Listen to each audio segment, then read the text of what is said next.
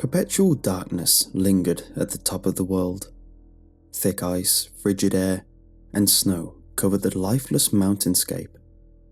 However, the endless night did not go unchallenged. A single source of light illuminated the sky and drove back the darkness. Nestled between two snow-covered mountains, a little cottage sat with puffy, billowing smoke rising from its chimney. Ignoring the fact that the nearest civilization was thousands of miles away, to the casual eye, the house was simply a warm and welcoming home. Still, one might ask themselves, what an odd thing to find in such a bleak place. How could such a thing come to be? Like most things found in the North Pole, not everything is as it appears. The land was unforgiving and cruel.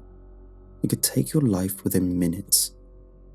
Only a select number of creatures were given permission to live in this harsh and relentless wilderness. All others who entered this domain did it of their own accord, such as the residents of this tiny little home. However, these individuals were like no other, and with a little bit of magic at their disposal, they lived happy and joyful lives. At first glance, it would appear it was nothing more than a simple, ordinary home inhabited by an elderly couple who loved each other dearly. If this were your conclusion, you would be mistaken. In reality, a magical secret existed below, for the small house was much more than meets the eye. The little house was not just a home, but the tip of a mystical workshop hidden beneath the ice.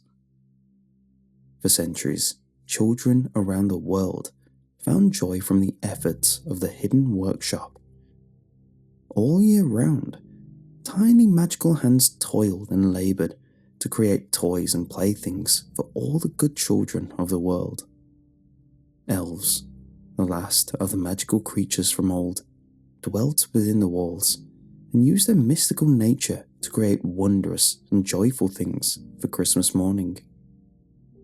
2 days after the winter solstice, the old man would put on his heavy coat and boots, take to the air, and deliver his Christmas joy to every last child. Like everything in the cosmos, there must be a balance. For every night there must be a day. For every beginning has an end.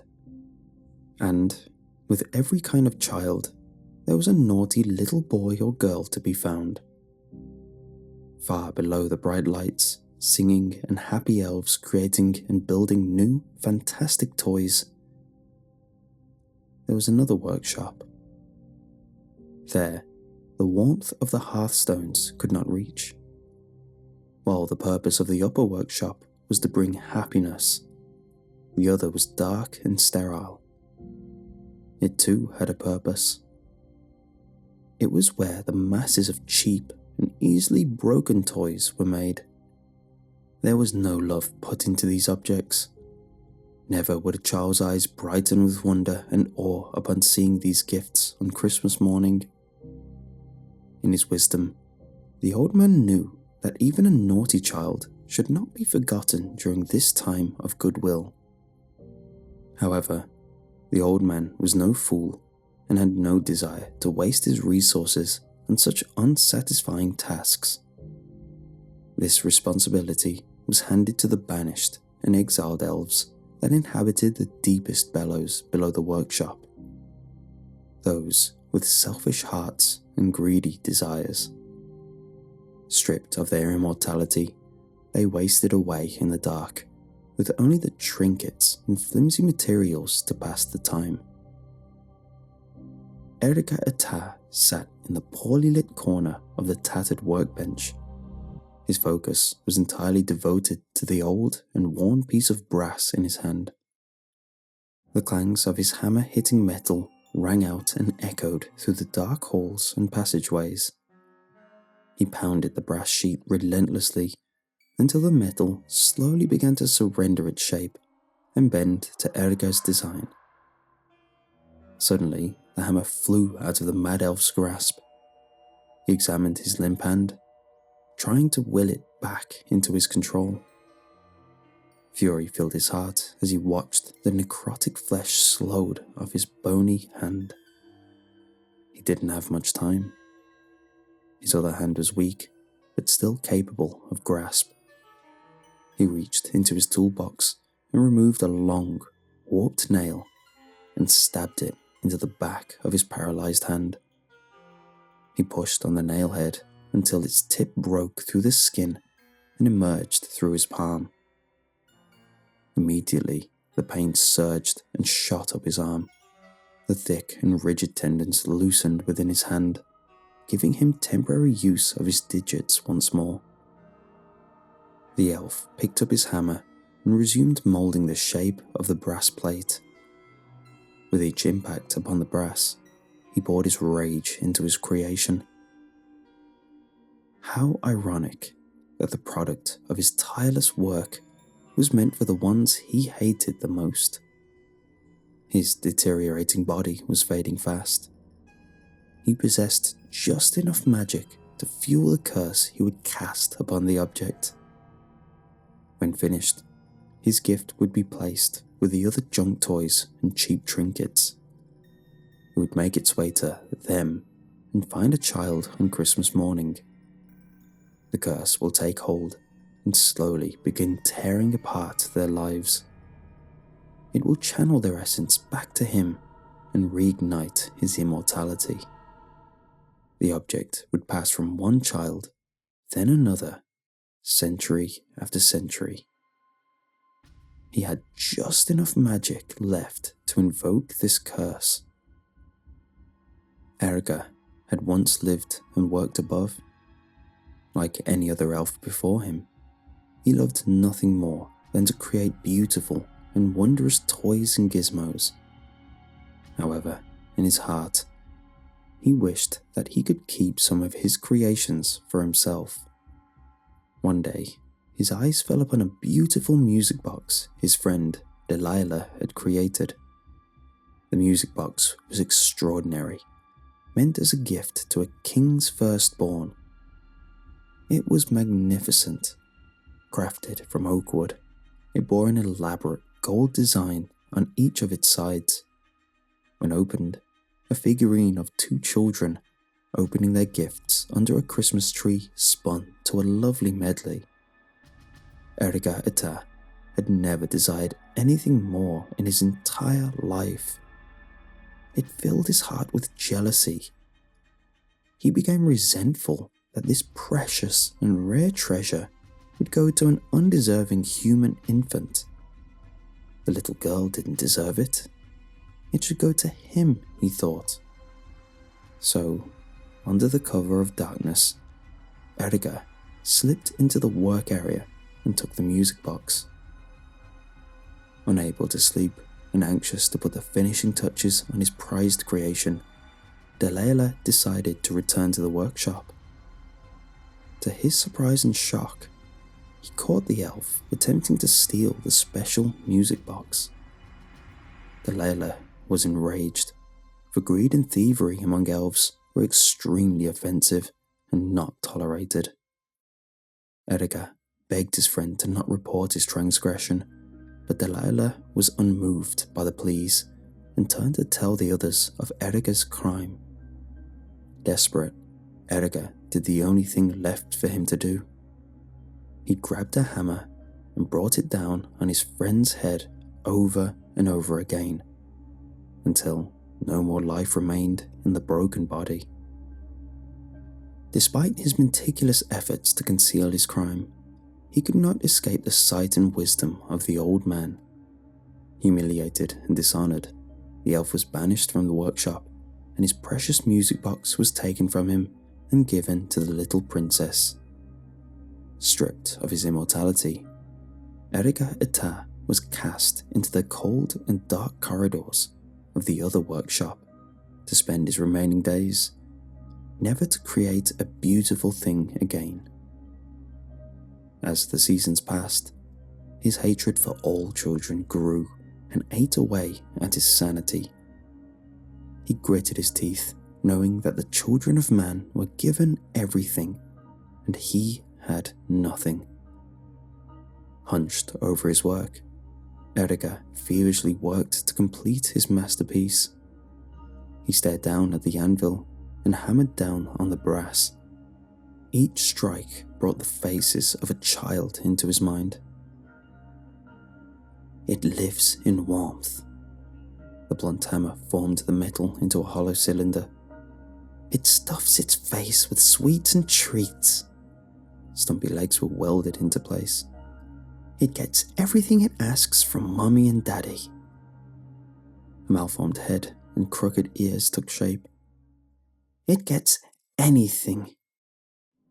The brass surface was scrubbed of debris and grime. It gets everything. Small turquoise stones were glued onto the brass body. I hate it. One glimmering red ruby stone was glued to the left side of the figurine's head. I hate it. A second ruby was then fixed onto the right. I hate them all. In the glow of the fire, Erica held up the brass figurine. It was a disturbing representation of a rabbit. Its body was a lattice of crisscrossed brass strips, bejeweled with a pale blue turquoise stone on each intersection. Its head was malformed and gave the impression of a dead thing instead of a pleasant rabbit full of life. He placed the atrocious thing upon an open silver locket that contained a mirror on each of the hinged inner sides. With the rabbit figurine facing one of the mirrors, he carefully opened a vial that held a clear fluid. It was lymph from the elves. The lymph was the source of magic that flowed through their bodies like that of blood from the second set of unique arteries.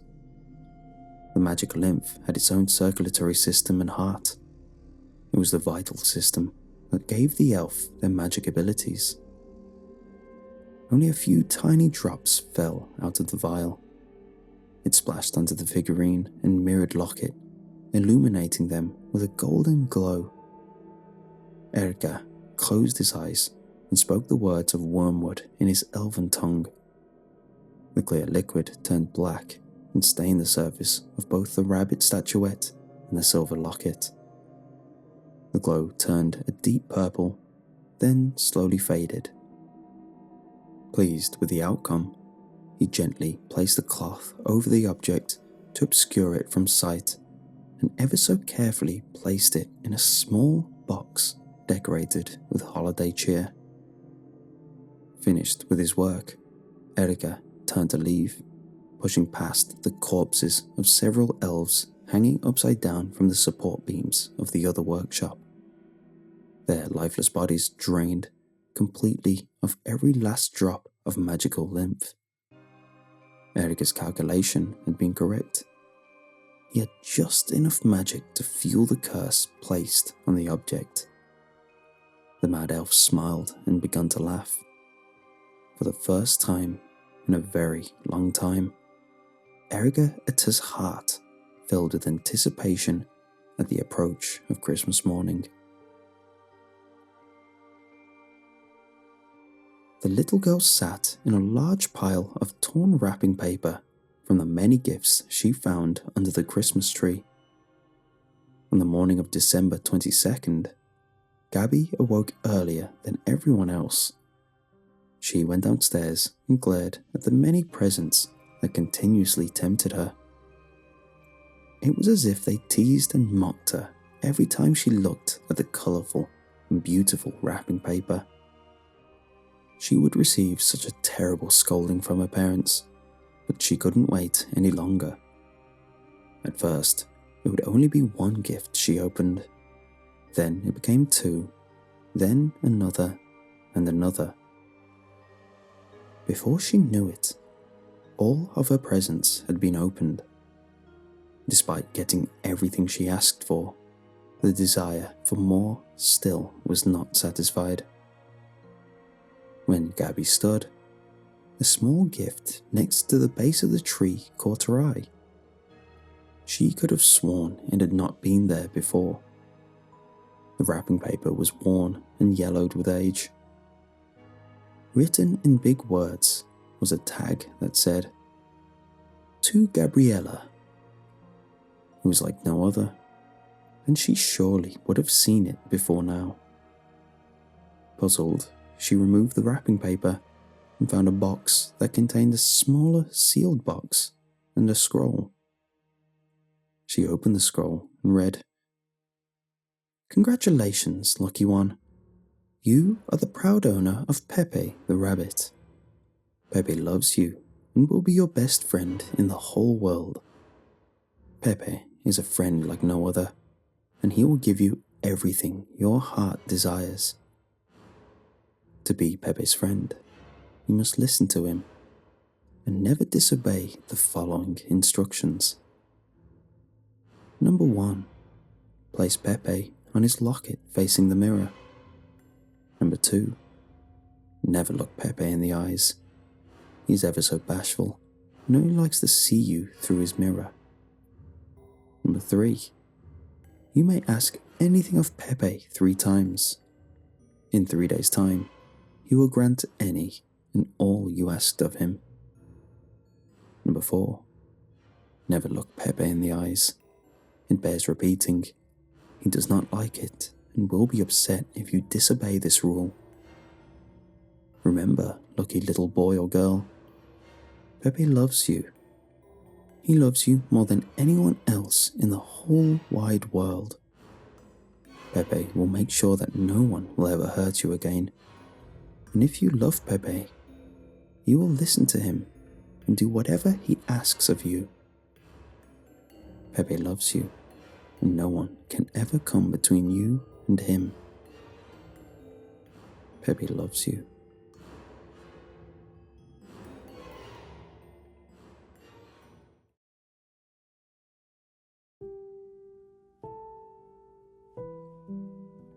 Being a carer is becoming a more in-demand job each year. Wonderful strides in medicine has made life expectancy boom, and so full-time workers to help look after old-timers is a need.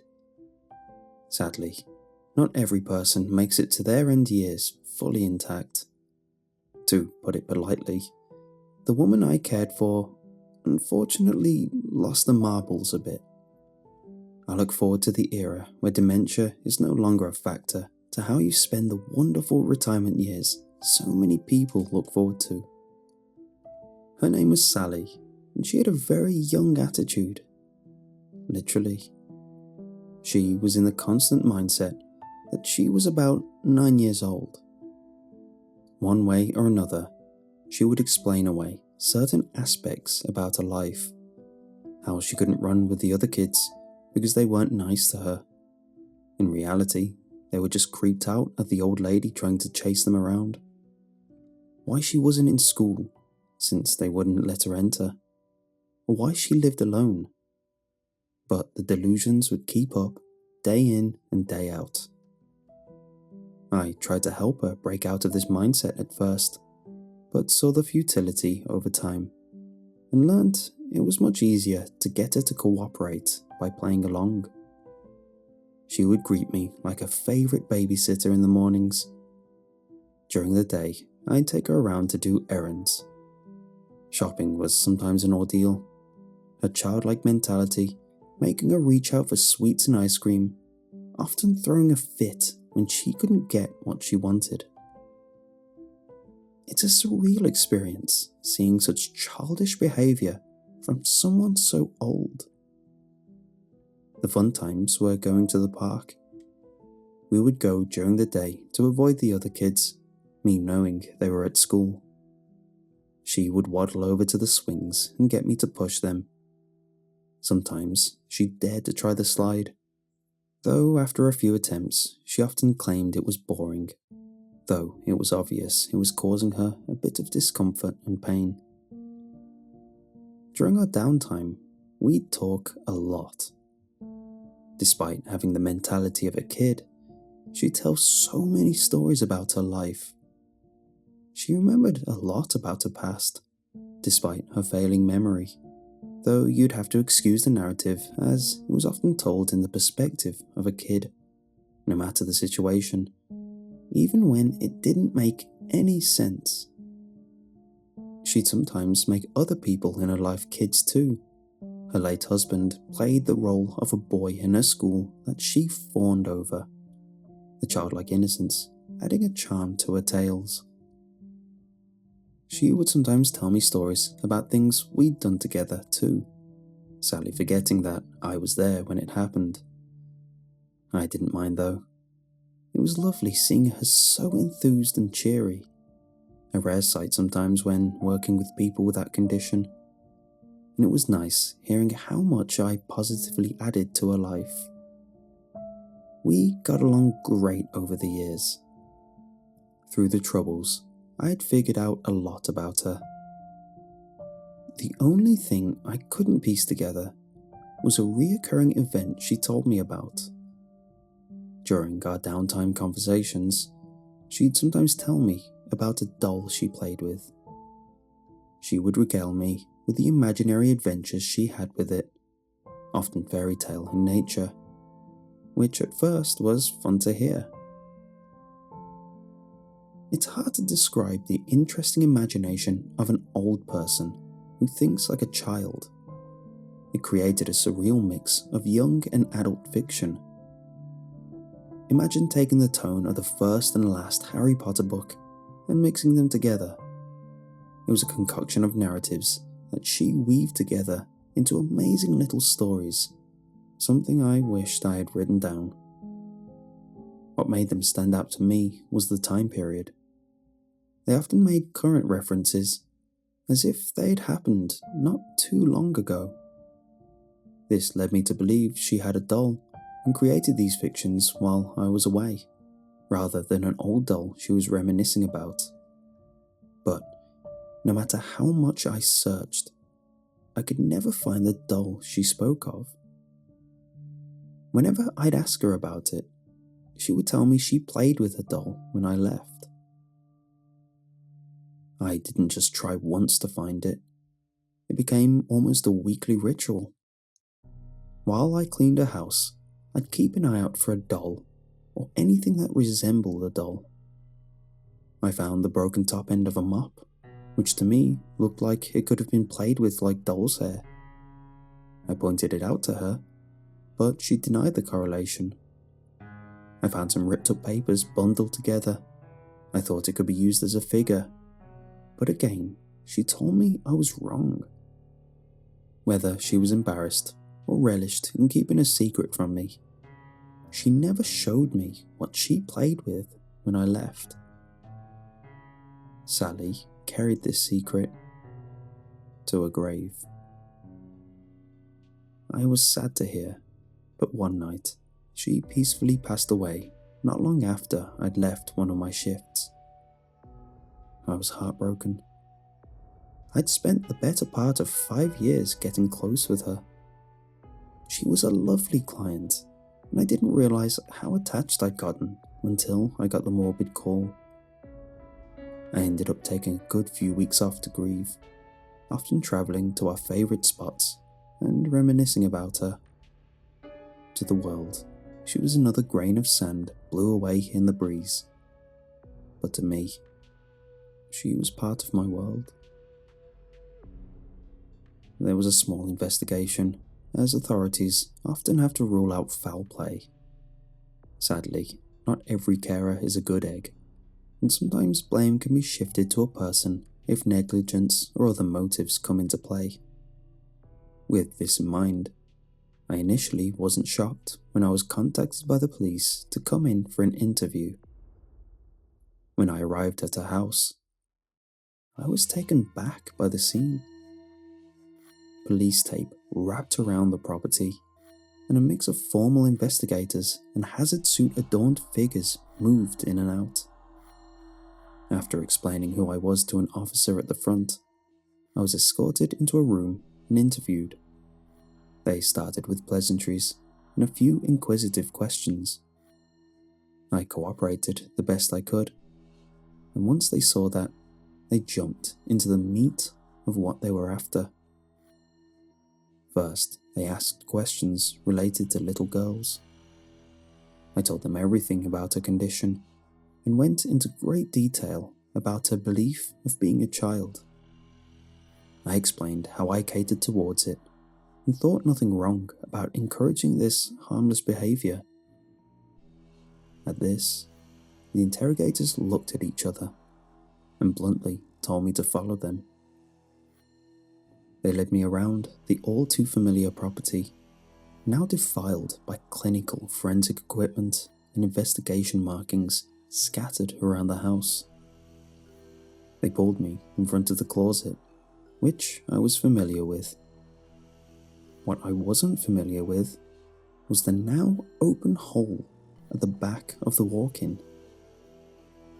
There was a crawl space that I'd never seen before. They told me in great detail that they'd found the body of a little girl. She was apparently decayed beyond visual recognition. She was also dressed up in an old-fashioned formal dress, something you'd imagine an upper-class Victorian girl to wear. I was silent at this, but what they told me next made me exclaim in both shock and realization. The child's joints were flexed a lot post-mortem, and despite the decrepit features worn away with rot, an abundance of makeup was plastered across her face. In their words, it resembled the look of a child's doll.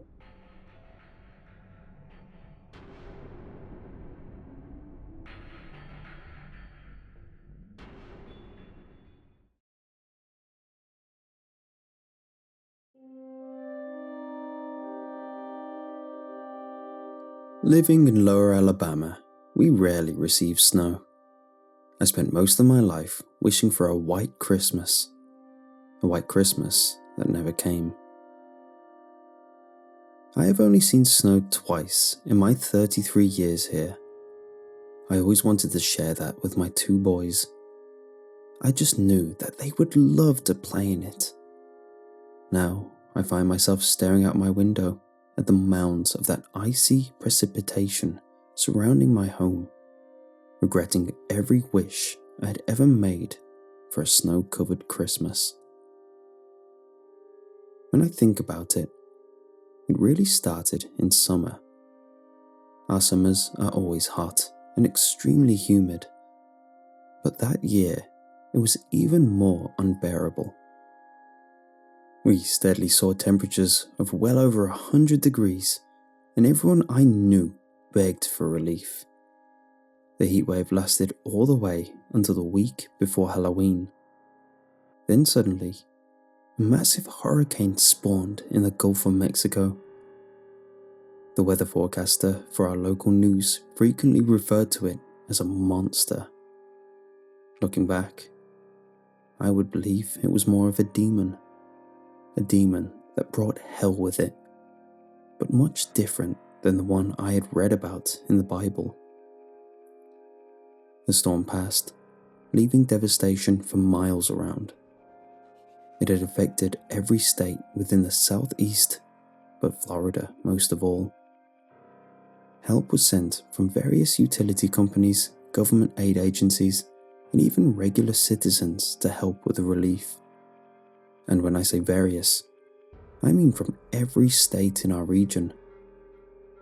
It was amazing to see the effort put forth to help the people that had lost everything. I am sure a lot of us thought that was the worst it could get. I wish that had been true. But that was when the rain started. As November came, we felt the first droplets in our tiny town. It was an odd occurrence, but not odd enough to raise any eyebrows. I mean, how bad could a couple of days of rain be, right? The problem came when days turned into weeks and low-lying areas became flooded. Homes in towns nearby were washed away in a matter of hours once the levees broke. My wife, Susan, constantly thanked God that our house was nested in a high elevation among trees. I found myself thinking the same thing, but God had nothing to do with what happened. No God I could ever believe in, anyway.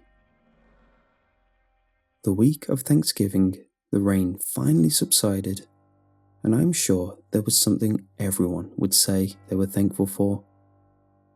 The problem was, what remained was the cold. That in itself was not strange, but the severity of it was. We saw temperatures close to freezing for the following week, and that was something we rarely saw until late January or early February. My oldest son, Jacob, began singing that silly song by Bing Crosby. My wife beamed at the thought of them seeing snow on Christmas Day. The foolish child in me felt the same. "The boys will finally get to see snow, Paul," Susan squealed. "I know, I can't wait to see Tommy waddling in it," I responded. Those words ring in my head, even now. I have to fight back tears when I think of just how stupid I'd been. We were so preoccupied with setting up decorations and buying presents that we were oblivious to what was happening all around us. The snow actually started falling the first week of December. It was up several inches within the first day. It was amazing to see at first, but when it kept coming, some people became worried. If you have never been in the South when it snows, you probably would not understand. You see, we are not prepared for that kind of weather. Everything shuts down. People stay home and rarely go out driving. I know it sounds ridiculous to anyone else, but that is what happens. It just kept coming. My wife and I had let the boys play in the fresh powder originally, but it had gotten so high that I could barely walk in it freely. We decided it was best to keep them indoors. Hardware stores had started bringing in snow shovels to help clear paths, something that you rarely found in our town. I bought one of the last ones on the shelf as people scrambled to manage the icy foreign invader. The situation seemed to become worse as small flurries became near blizzards. My wife stayed glued to the news and weather broadcasts. It appeared the North States had almost been buried in the frigid powder.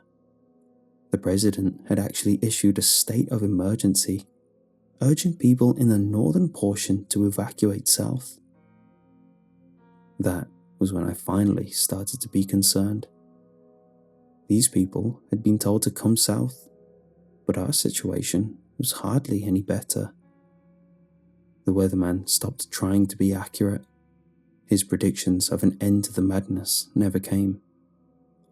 The temperatures continued to drop, and it was not long before we saw them go from 0 to negative digits. It was unheard of in my state for it to be that cold, and people were getting afraid. Plumbing fixtures began to burst from frozen pipes, and people were left without water until they could thaw. Our world had become a freezer in a few weeks, and none of us were prepared for it. My family found themselves wearing our thickest clothing, even inside. I felt like, no matter how high I set the thermostat, it was not enough. We should have left then.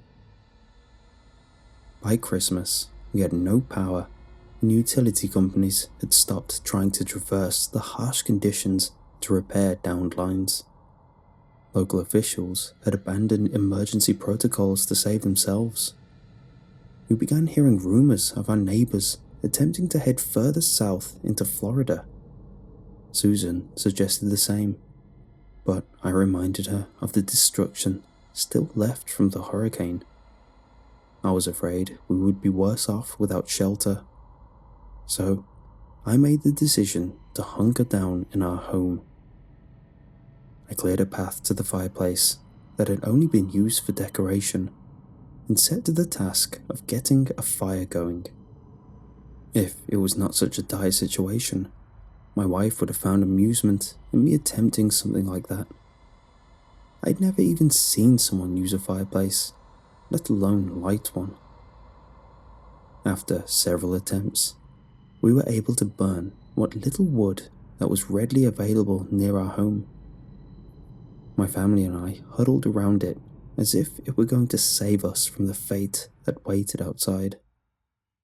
The whiteness had engulfed our home. The mounds had risen above the windows, breaking some of them. I was forced to reinforce each one to keep the cold out. We sealed every crack or crevice that could possibly let out the heat and tried to remain together. My wife wrapped our children in blankets and pulled them close. The boys did not understand, and we were afraid to tell them how serious the situation was. The fear that rested on my wife's face was enough to keep me from ruining what could be our last Christmas. We still attempted to have a big dinner. Despite our ability to effectively cook, I also learned how to cook within a fireplace for the first time. It would have been an interesting experiment if it had not been essential for our survival at the time. We gave up on the idea of turkey or ham, but we had always had a decent stock of canned food. It was a habit I had picked up from my grandparents. I often wondered how they were faring during all of this, but I had my immediate family to worry about. Our world had been plunged into an endless sea of white. I even had nightmares of the stuff that Christmas Eve. My children normally woke me early on Christmas morning, but when my eyes fluttered open, I assumed it was still night. The house was so dark that I could barely see my wife lying next to me. I slowly rose from my bed, still completely clothed, and nudged Susan awake. The house had become far colder than it should have been, and I immediately headed for the fireplace. The fire had gone out at some point, so I ran for the back door, pulling on my boots. My aim was to gather more wood to get the fire going again, but as soon as the door cracked open, I was pelted with a mixture of snow and ice. It stung my face, and I cursed at the door while trying to shut it again. Our home had been buried in the vicious powder, and I finally understood why no light permeated the windows. My watch read 9 o'clock, but it felt much earlier. Susan stumbled into the living room, asking what I was doing. I told her what time it was, and confusion filled her eyes. She went for the window and was greeted with what I already knew. I do not remember ever seeing her quite so afraid, and the feeling was mutual. I buried my emotions down though, knowing I had to be strong for my family. I told her to go check on the kids while I tried to get the fire going again. She disappeared down the hall, and I made my way to the dining room. The table and chairs had been passed down through my family for generations, but I knew it would have to be sacrificed. I set to dismantling the wooden chairs first, but was stopped by the sound of my wife's scream. I rushed through the hall, listening to the awful sound echo in my ears. I could feel tears forming in my eyes, but I pushed them back as I rounded the corner. She was grasping the doorframe of our children's room. We had put them together so that Jacob could keep an eye out on Tommy. I could see her body shaking as she stared into the room. Tears rolled over her cheeks as I turned to see inside. The window of their room had given to the weight of our captor, despite my attempt at strengthening it. Snow had buried the boys in the night, and that was when I noticed the flakes of white all over my wife's hands. Susan had attempted to uncover them, and I could see the pale blue skin of their faces, huddled together in Jacob's bed. It could have been a sweet scene if it were not for the skin tone, something Susan would have taken a picture of. But this was not that scene. I pulled Susan away as I tried to hold back the sick feeling in my stomach. I felt as though I could release what little Christmas dinner I had in me on the floor at any moment. Soon her sobs subsided, but when I looked into her eyes, she simply looked numb. I had never seen her this way, and I tried to break her from this trance she seemed to be in, but she said nothing. Her eyes were not even turning my direction when I spoke. Something had broken inside Susan that morning, and I do not blame her. I sat her next to the fireplace and wrapped her in a blanket while I returned to the dining room. The polished wood did not want to burn, but I was determined to give us warmth, so I did not stop until we had a fire. I made it a point to ask Susan to stay by the fire while I returned to the boys' room. I could not leave them that way, but when I reached the door, I found myself pausing just outside. I felt the warm and salty specks across my cheeks before I even saw them. I slowly stepped inside and slid gloves over my hands. I finished clearing away the snow and noticed why they had not simply come to our room. The wood I had used to seal off the window had struck my oldest first. It left a gash near his temple that would have knocked a grown man unconscious. I could only imagine his 10-year-old body had not lasted long after. Tommy had obviously woken after. His tiny form clung to his big brother like a teddy bear. I internally cursed myself for not putting them to bed with us that night, but I knew it was too late for that kind of thinking. I removed their bodies and wrapped them in blankets before placing them in the guest room. I took one final look at their bedroom, a place that had held so much joy previously. I imagined the two of them playing and sometimes bickering. My lips tried to curl upwards, but they could not. My eyes drooped to the floor as I turned away and shut the door. I have not returned to that room since, and I doubt I will. I just returned to the living room in hopes of comforting Susan, but when I got there, the blanket was all that remained by the fire. A quick search of the house revealed that the back door had been opened and a tunnel had formed in the frigid wall on the other side, leaving the floor inside covered in snow. I tried to follow Susan's footsteps, but eventually they disappeared behind a solid wall of that cursed white. I could only imagine her frantically digging through it, and the sound of what was above coming down on her body. I tried to dig into it in search of a body, but the layer that remained was frozen solid. It was like digging my hands into cement, and I knew that Susan could not have survived it, even if my mind did not want to believe it at the time. I found myself picking at it with tools anyway, feeling as though I had nothing left to do. I do not know how much I cried while working at that pointless task, but I do know it started to freeze to my cheeks. I did not stop until my arms could not lift again, and that is when I sat among the snow and stared at what my world had become. I lost track of how long I sat there, or when I decided to come back to the fire.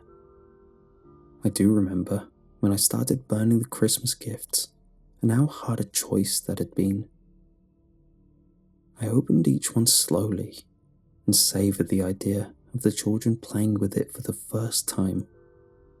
I could even see Susan standing over them with a camera in hand. She would be giving her biggest smile and snapping away to save each memory. She loved taking pictures, but what I had to do did not need to be captured on any sort of film. I started to feel the numbness that night, that same numbness that overtook Susan earlier that day. It was as cold as the snow that surrounded me, and all I could think was this had been my fault. I should have escaped with my family when I still had the chance. I do not know if it was pride, ignorance, or both, but the guilt was too much. It consumed me and took away everything this holiday was supposed to be about. I started writing this in hopes that someone reads it. I do not know what has happened to the rest of the world, only what has happened to me. I do not know how long I can survive here. My food is running low, and I have run out of things to burn. I cannot even say for certain how long I have been here since my watch has stopped turning, and I still cannot see the sun. I think I will try to dig myself out tomorrow, and if you do find this, know I did not simply give up. I just wish I had done this sooner. I'm so sorry, Susan, Jacob, and Tommy. You deserved better than this. I hope you can forgive me. Sincerely, Paul Richardson.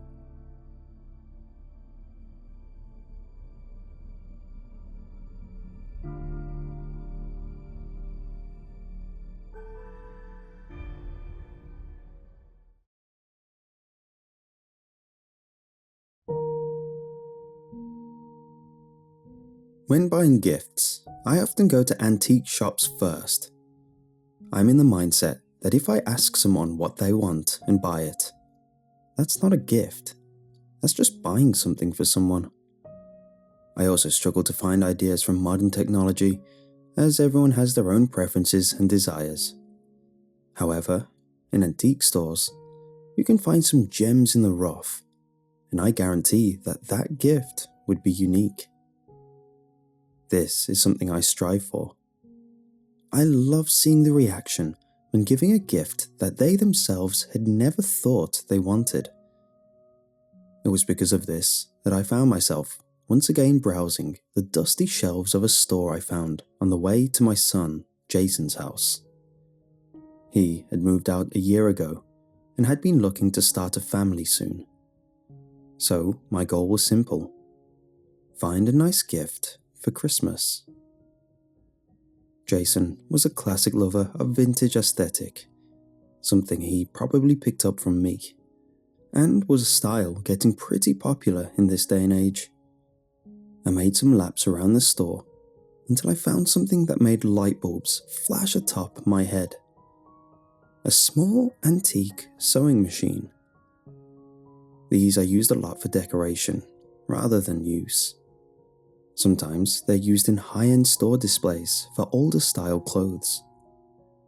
What didn't appeal to me, however, was the decrepit elf doll that sat right next to it. I gently pushed it over and picked up a hefty contraption, the robust metals of the machine weighing it down significantly. The store clerk noticed me struggling in my age and waddled over to help, something I often neglected to ask for, but heartily welcomed when offered. I had it boxed, checked out, and took it over to my car. Happy, I carried on my way to Jason's house. When I pulled up to Jason's driveway, I sneakily rummaged around the car for the wrapping paper and tape I packed earlier. I peeked inside to make sure the ride hadn't disturbed its aged slumber, and my heart dropped. To me, there must have been a mistake. Sat atop the sewing machine, in the spare space left in the box, was the worn-out elf doll from before, staring at me with cracked porcelain skin and detailed glass eyes.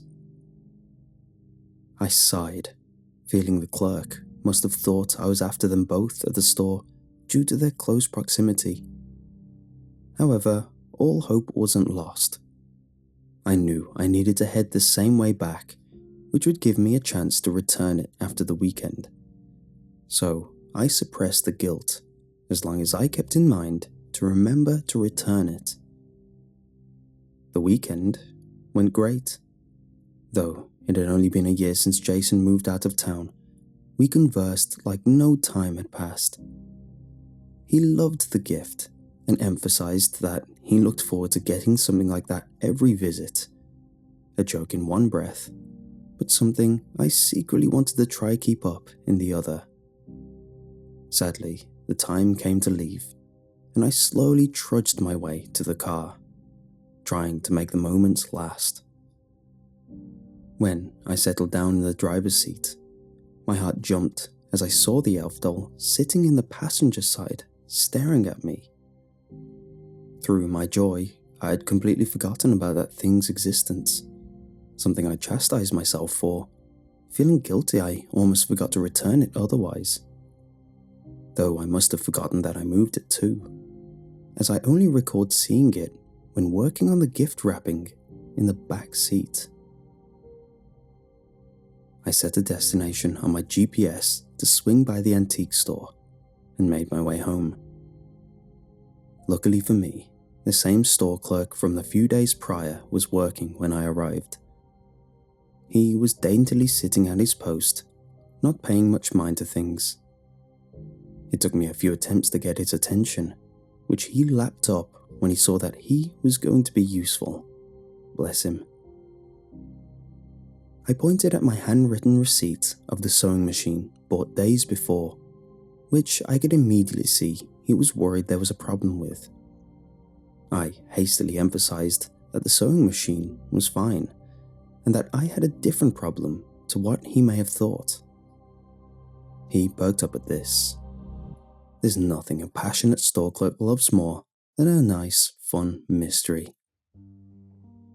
I pulled out the doll from my bag and let him hold it.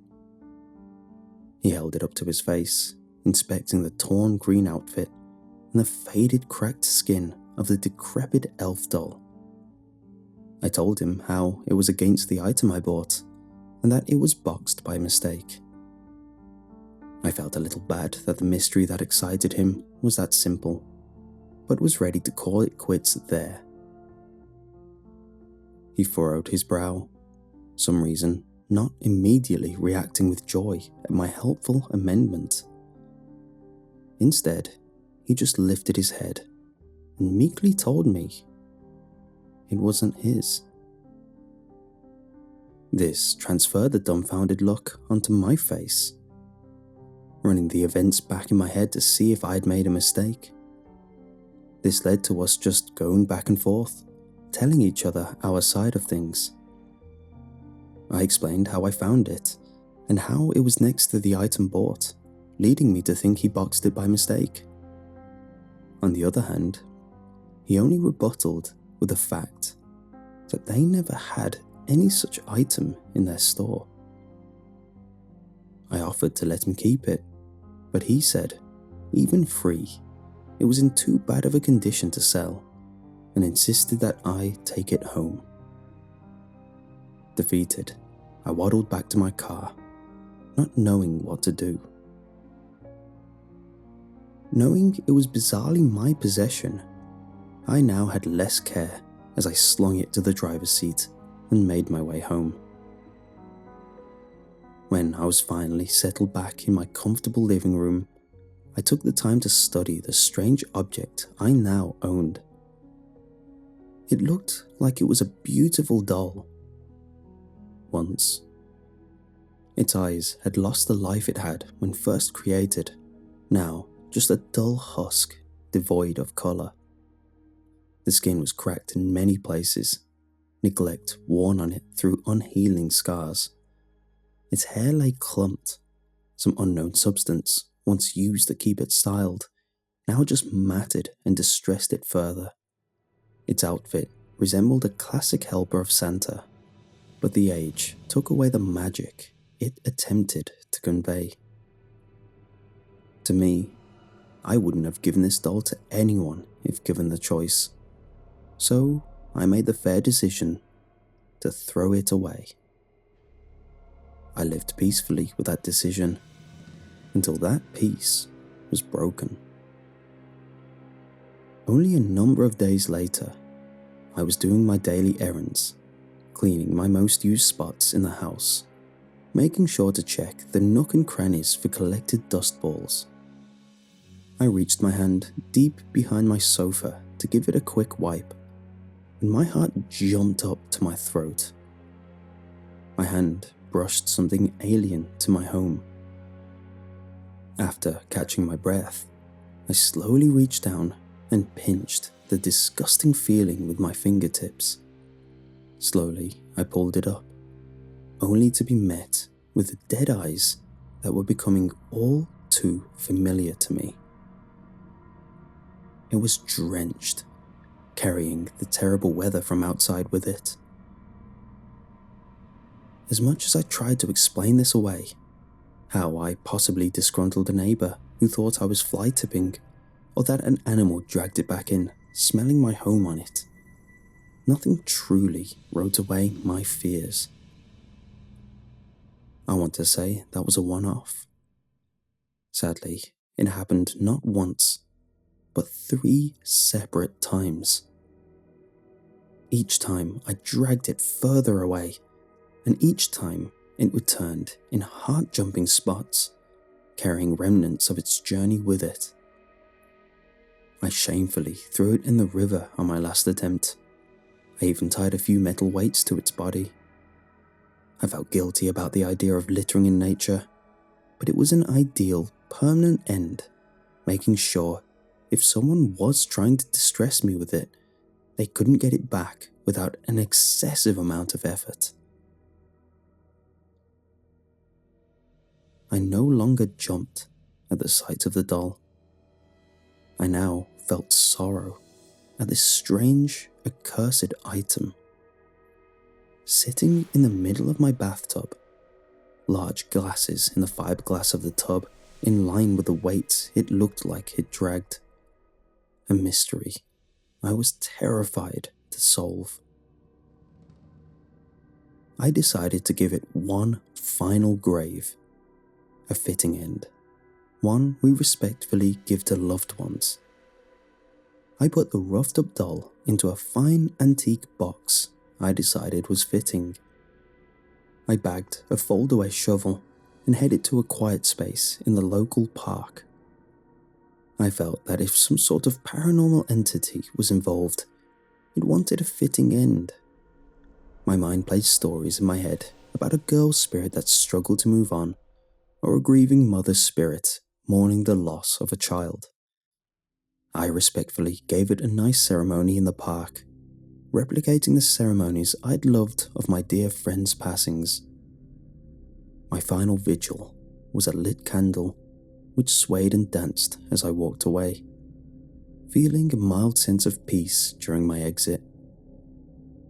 I was ready to go home and enjoy anything on TV that didn't relate to horror. No matter how complacent you get, you can always be startled.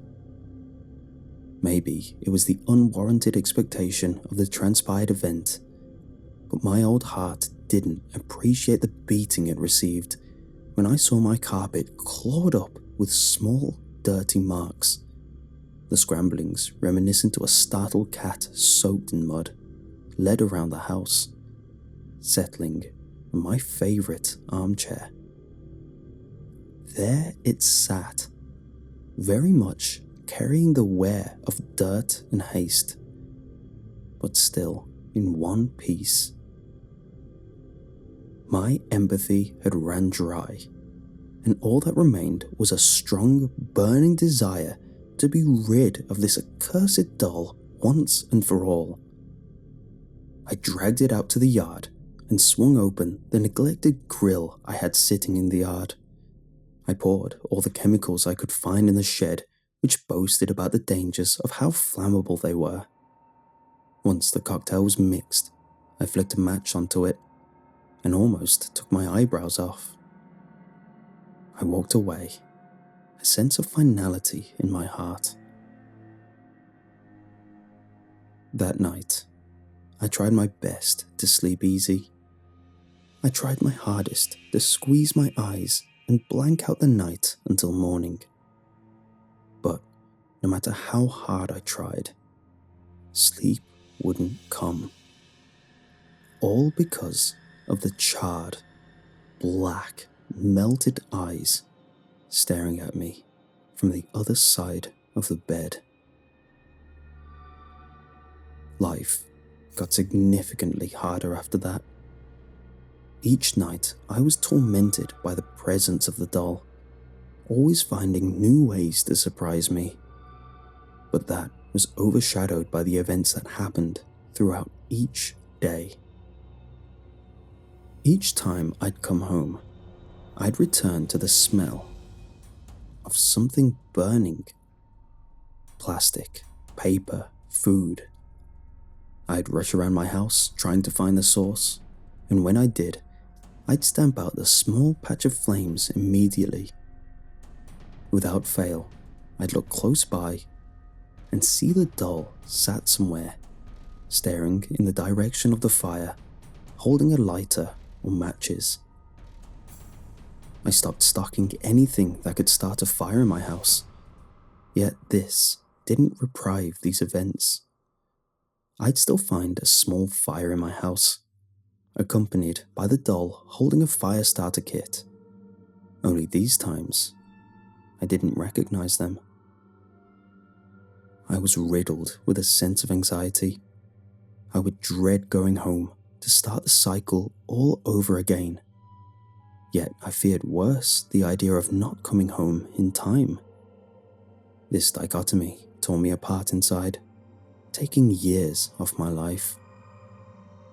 When I didn't leave the house, the fires would still happen, often catching me off guard, either mid-nap or in the middle of an errand.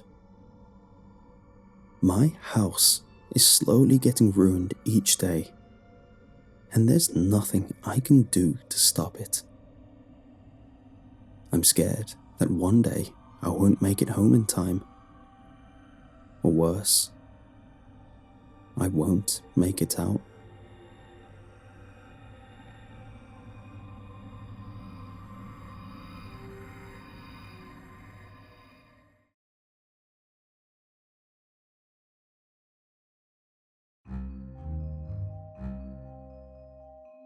When I was younger, I grew up in a small town near a wooded area. My family wasn't big, but it was loving. I had my mom and dad that lived in the town for a number of years before my birth. And after me was my little sister, Leslie. She was a mischievous child when we were kids. She would disappear for long periods of time to go goodness knows where. I was supposed to be looking after her, but it was damn near impossible to keep track of her as soon as my parents left. I never got in trouble though, because nearly on the dot, she'd be back in the house, looking out of breath, clutching the hand of her favourite doll. This doll always looked weird to me. A lot of people have an irrational fear of dolls, but this one always gave me a reason to feel unnerved. However, I could never place why. Something about it just looked off. When my parents asked us what we did, she'd always chime in first and regale wonderful tales of things that never happened. How we sat in my room and played video games, how I was great and looked after her all night, how we had so much fun we never left each other's company. All of these were obviously lies. Lies hard to point out, as my parents always found it easier to believe I was being modest than my sister mysteriously disappearing for an oddly long periods of time. It frustrated me, the feeling of knowing full well I was right, however, never getting a sense of belief. Leslie would always just smile at me and go back to her room. I could never read that smile. Sometimes I look back and wonder if it was a veiled threat for me to keep up the lie for her own nefarious deeds, or maybe she believed she was somewhat doing me a favour for making me out to be a golden star, something I was always rewarded for despite my protests. To me, it didn't matter. A mix of fear for her safety and pure childlike curiosity, I wanted to know the truth. So, I set about the task of making sure I could follow Leslie on her next little adventure. It was sometimes random when both my parents would be gone at the same time and would leave me in charge of my sister. But a constant event was an evening service with a local church. They often had regular meetings with parents and would fill their ears with strange fear-mongering that never made sense to me at the time. Gossiping tales about phantasmal things out to get the kids, signs to look out for that your child is worshipping Satan, those sort of things. Just before they left, I made sure to sneak away Leslie's favourite doll. I was never fully sure, but something about how she always had it with her when she returned made me think it was an important part of her travels. My mind drumming up scenes of her doing little girly tea party role plays in the middle of the woods. Very Alice in Wonderland. The time came for her to disappear once again, when instead, I saw her frantically running around the house. She had mild panic on her face, something which made sense to me. If I'd lost my favourite toy, I'd have been distraught too. It didn't take long for me to cave in and wordlessly point her in the right direction, mumbling some excuse as to why I knew. Upon finding the doll, she lit up and went on her way. But because I was there when she left, I then had the chance to tail her at a distance. I started far at first, just about seeing which directions she moved. I'd almost lost her a number of times. When I saw she was never checking for anyone trailing her, I made my way closer and closer. Each yard I shortened with less care as I realized how easy this was going to be. The closer I got, the more I saw her demeanor. She was moving with purpose, like she knew every step of the way to her destination, as if it were her daily commute to school. The directions got hazy as we edged into the nearby forest, and soon cut deep into the thick of a section that was unfamiliar to me. We slinked around some large trees, oaks that looked older than the trees in the usual hangout spots and trails.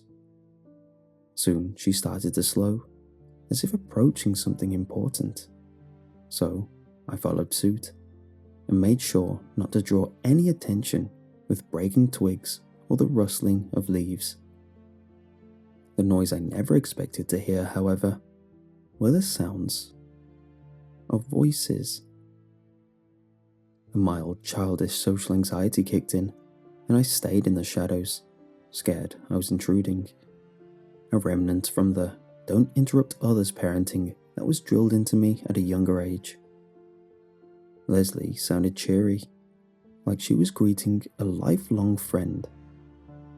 She called out many names, each responding with a strange voice unlike anyone I recalled from school. They sounded raspy, yet not adult. A strange combination compared to the usually clean and high-pitched voices most kids her and my age had. If I had to compare it to the most familiar thing I could, it was like when a kid did a horrible impression of their decrepit grandmother.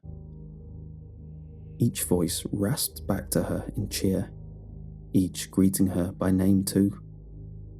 The formality ran my mind back to my suspicion that she was doing little girly tea parties. However, it didn't line up to my idea that she was doing it alone. Curiosity ran through me, and before I thought about my actions, I had already stepped around and dawdled out my thoughts. What I saw briefly took my breath away, freezing me in place. Around Leslie, riddled around the branches, were a wide variety of discarded-looking dolls. Each one was different and had strange features that made them look a little off. At my entrance, all their heads turned in unison. It was surreal seeing all their heads turn without the bodies reacting. "Leslie, what's going on?" I muttered with a perplexed tone. "No!" she yelled back, which shut me right up. Before I could get out any response, figuring out why she replied like that, the doll spoke up. "You told someone. You told our secret. This was not something for you to share. You promised," one of the dolls bellowed. The severity of the situation didn't hit me, but Leslie broke down in fear. She begged and pleaded with the dolls. She said in every way she could vocabularize that this was a misunderstanding and that she never told a soul. Sadly, these words fell on deaf, plastic ears. Wordlessly, the pitter-patter of plastic clicking on wood and dirt resounded. Very quickly, they were upon her. Fight or flight kicked in, and my body immediately fell on flight. My reaction was to get an adult. The idea of Leslie wandering into the woods alone was beyond me. What was happening before me had me entirely bewildered. I heard sharp taps behind me as I sprinted, the sound of short legs trying their hardest to keep up, but failing. Though the noise was chilling, it was miles more bearable than the frantic, panicked screams that echoed from further behind. I got home, and remembering my parents weren't in, I pulled up the phone they left for emergencies and quickly dialed my parents. Frantically, I stuttered out all I could. I didn't need to say much, my tone telling volumes more than my words. They hastily arrived home, and I pulled at them to follow me into the woods. It took me a while to track back to where I'd remembered going, the darkness settling in, creating both confusion and a sense of dread. When we finally made the last turn to the clearing where the dolls were, no plastic could be seen. The area was devoid of any hint of a doll. What did remain was my sister, torn up and discarded in shreds. We didn't linger. My parents immediately suspected it was a pack of wild animals and frantically dialed any emergency service they could. But to me, I saw something different. To me, they were the markings of the sharp ends of tiny doll fingers.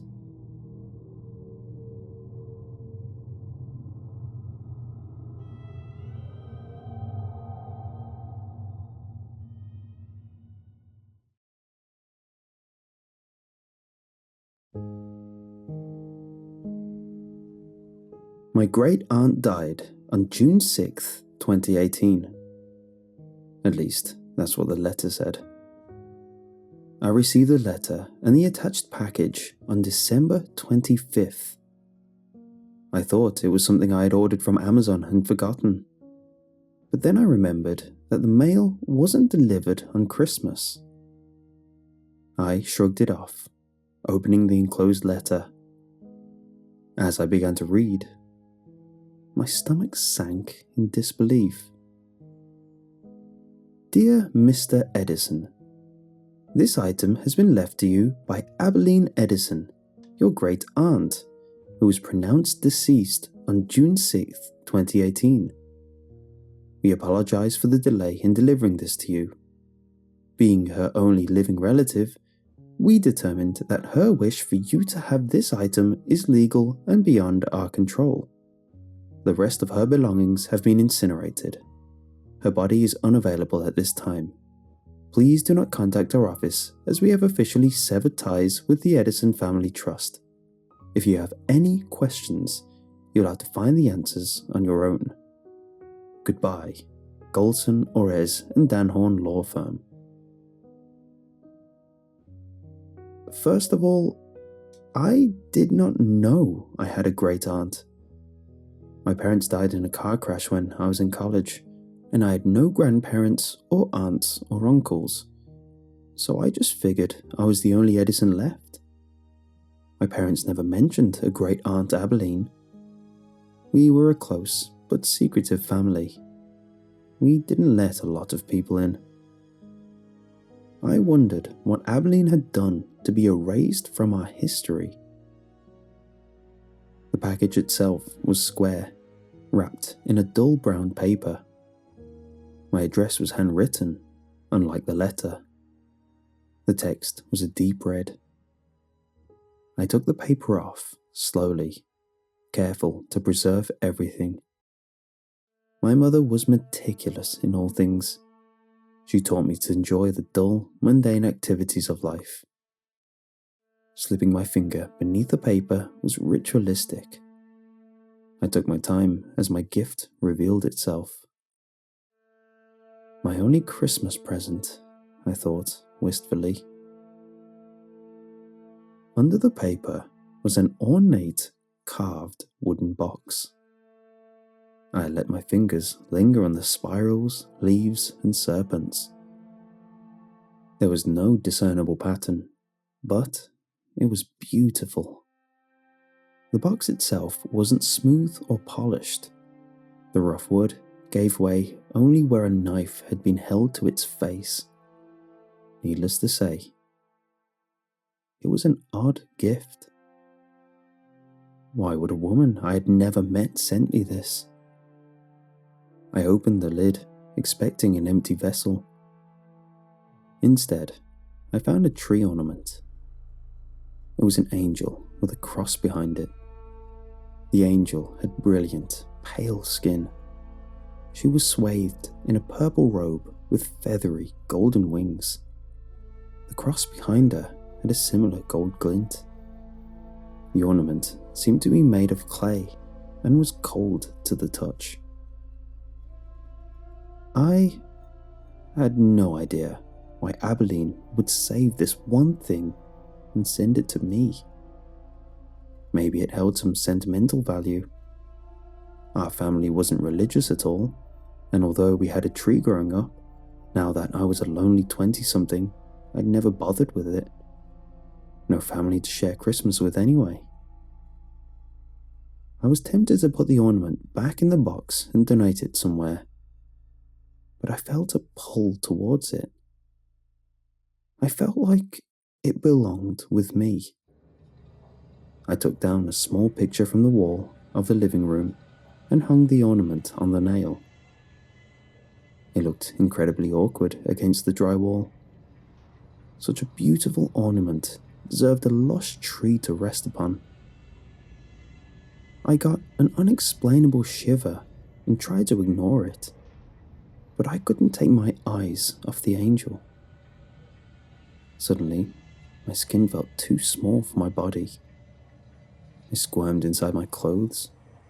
My muscles pushed against their organs, wrapping, making my arms shoot out in front of me. I was speechless, bewildered by my own body's betrayal. A knot in my chest started pounding. My autonomous arms flopped around until it reached a pen on the nearby table. My finger cracked one by one as they moved on their own, brutishly grasping at the pen. I let out a small gasp, horrified as I felt other parts of my body strain and move on their own. My legs shakily carried me towards the wall where the ornament hung. My neck rolled my head around like a bowling ball on a slinky. The pen was thrust onto the wall by my clumsy hand, dragging the tip up and down. I closed my eyes. This wasn't happening. Couldn't be happening. Suddenly, my body was let go, and I fell to the ground with a sickening thud. I was motionless for a moment. There was a terrible fear that I wouldn't be able to move my body on my own anymore. But I was able to slowly sit up, rubbing my head, which had hit the floor quite hard. I looked up at the wall, and my breath stopped short. My hand had drawn a crude tree shape beneath the ornament. It was jagged and uneven, but definitely resembled a Christmas tree.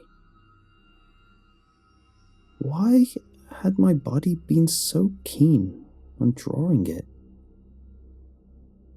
I stood, shakily. I was exhausted. I took some deep breaths, trying to regain normalcy.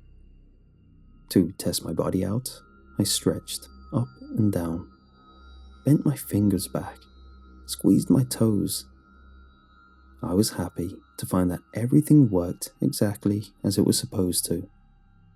A serene feeling washed over me, and I was happy to presume that the past 10 minutes had been an oddity, not anything to worry about. But then, my head began to pound. It was not a normal headache. It felt like my brain was swelling too big for my skull. This time, I screamed, unable to hold in my horror. With my palms on my temples, I fell to my knees, looking up at the angel. For some reason, it felt like she was smirking at me. Something inside my head bulged against my fingers. I lost track of my breath as blood began to pool inside my ears. Something was digging its way out of my skull. Barbs pricked my hands, and so I dropped them, hanging my head with the severity of the pain. My skin cracked and broke. Blood was now clouding my vision and dropping to the floor like rain. I tried to stay awake, keep it together. It took the crown of thorns over 20 minutes to fully emerge from beneath my skin. I felt every single second of that devilish time span. My head was bleeding and ripped apart, but I remained conscious. I stopped screaming. I was now in a deep sob. Hesitantly, I touched the crown, feeling the tips of the thorns and the bits of flesh stuck there. What an image I must have made. Bowed before a penned tree on a wall, knelt in worship. Above me, an ornament with a laughing angel. At first, I thought the laughter was in my head. But as I raised my eyes to the ornament, I could see the angel's mouth was now open, shrieks of glee coming from inside. I stood, careful not to slip on the blood, and grabbed the clay thing. It did not stop laughing. I threw it back in the box, angrily closing the accursed lid. Screw this Christmas present, I thought furiously. "You're the one who's screwed," the box replied. Trembling, I opened the lid again. The angel now had her hands on her hips. "Hang me back up, kid." I gulped for air as I quickly put the ornament back on the wall. She looked around, her tiny clay head swiveling freely as if she were alive. "Nice house. This will do perfectly."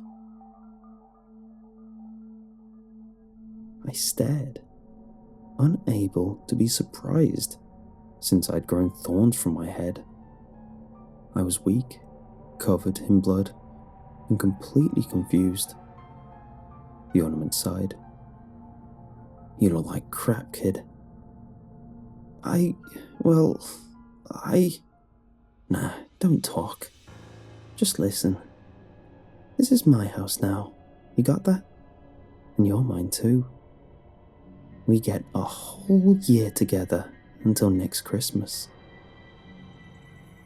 "Who are you?" My mouth was dry. The pain had dulled. "You can call me Lucy. Now, go take a shower. We're going out tonight." "We?" Suddenly, my right arm moved on its own, grasping my throat. I gasped, using my other hand to try pry the other off me. I fought for a few seconds before my right arm went limp again. I heaved. The ornament giggled. "I'm with you now, kid. Can't get rid of me. If you try, I'll kill you. If you say anything to anyone, I'll kill you. Or just let them lock you in a loony bin." She chuckled. "You're young. I like that. Last one was too old. Died before the year was even up. Dusty cow." "You mean my great-aunt?" "She wasn't your great-aunt, kid. I go where I want." What? What am I?" She grinned. "I'll give you one hint." Slowly, excruciatingly so, the cross behind her began to move. It twisted behind her until it was completely upside down. "Much better. But you're an angel." My voice was whiny, almost childlike. I was realizing that I was not myself anymore. I belonged to someone new. The ornament bounced from the volume of her laughter. "So is Satan. You don't hold it against him, do you?" I collapsed to the floor, crying. My left hand raised by itself and slapped me. I felt my throat begin to move, something mixing with my tongue. And then I said, without my permission, "Merry Christmas, kid."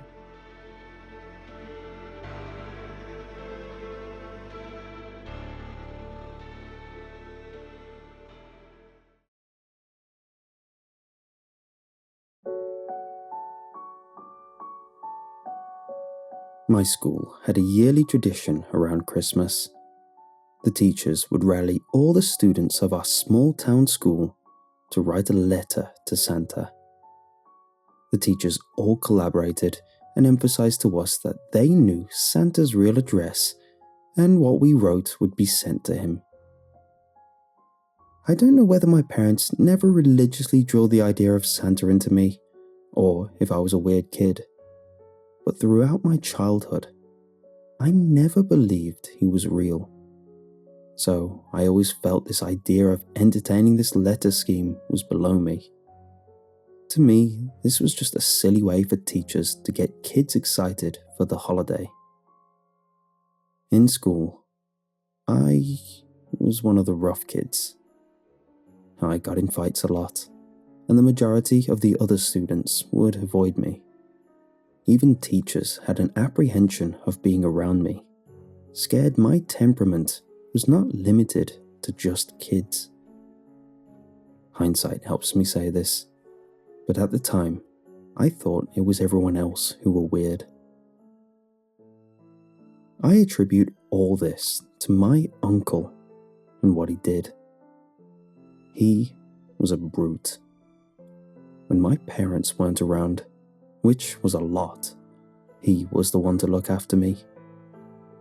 During those many nights, he would be rough with me, making me try beer, telling me about illicit things I was woefully ill-prepared to know, all for the delusion that he was making me tough, when in reality, it made me closed off, only able to express my emotions through violence and hate.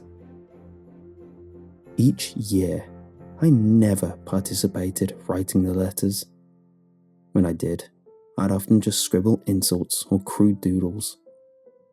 But every so often, I'd notice something. A handful of kids would come back after Christmas break, raving that Santa had brought them what they asked for. They would talk about how Santa left them a letter saying they were especially good that year and brought their wildest dreams to life. Kids from poor families got the latest game consoles. Lonely children got the pet of their dreams. One kid even claimed his mother's illness was taken away by Santa. In my pessimistic attitude, I just drummed it up to the excuse that the teachers gave the letters to their parents. Another reason I never took part in writing a letter, scared my uncle would catch wind and judge me for what I secretly desired. The pattern, though, was undeniable. Kids were getting what they wanted, and in some way, if it worked for me, the letter sent to my parents was an interesting way to slyly let on what my uncle was doing, to tip off my parents at what was going on behind their backs, all to avoid a lesson drilled into me by my uncle that snitches get stitches. Literally. A mantra which kept me quiet for far too long. One year, I grabbed a pen and ham-fisted a simple letter. I apprehensively wrote that I never wanted to see my uncle again, that I wished Santa would take him away. I finished the note off, also asking for a puppy. I was a kid. Who didn't want a puppy at that age? Something my parents never knew, since wanting a pet was girly, according to my uncle. When some of the more outspoken kids confronted me at the idea of participating in such an event I was so vocal against, I simply told them I wrote the nastiest letter to the head teacher. I told wild details, which had the kids roiling in laughter, in a way adding to my persona, a metaphor for the facade I had built up. Christmas came around. Everything happened as they did every year. A dysfunctional family dinner and the awkwardly quiet opening of thoughtless gifts. Despite the ritual not changing, I was broken. I berated myself for hoping the little hope I had left, only for it to be wasted. From then on, my life was turbulent. I had basically lost all my hope, and for many years after, I lost friends, ruined relationships, and threw away opportunities, all because of my attitude. Inside, I never felt like a bad person, but it was how I expressed myself.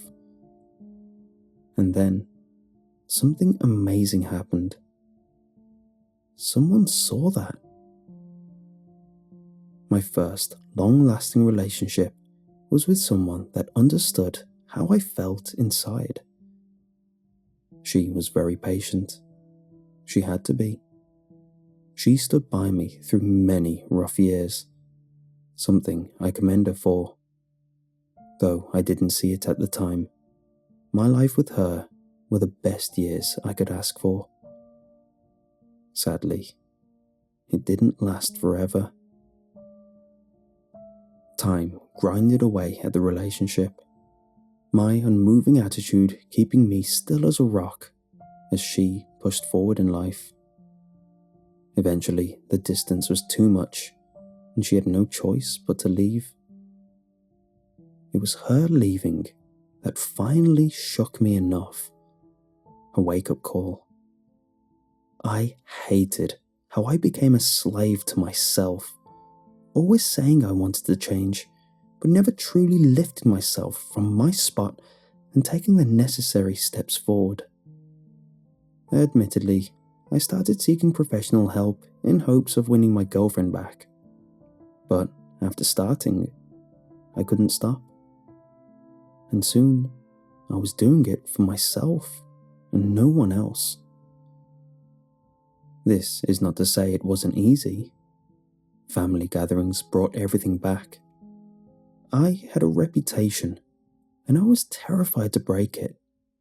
But privately, I was starting to edge out of my shell. I started with therapy sessions. Opening up about everything after keeping it inside for too long released so much tension. I found myself shedding tears, something unheard of about me, if you knew who I was. Switching personalities is hard when surrounded by people who know you as a certain way. So I took to some online apps to meet new people who didn't know me. A fresh start. To contrast my life, I chose events and activities that I made fun of throughout my early years. I met up to play video games instead of drinking beer that I secretly hated in rough bars. I spent time learning the game Magic the Gathering rather than poker nights that always ended with a little scuffle. Hell, I even tried D&D. To my surprise, I started feeling something I hadn't felt for as long as I could remember. The warm feeling of joy. I had missed that my whole life. I always knew it was in me, and I was saddened somewhat by how long it took to come out. But that was overshadowed by the bellowing feelings I now had.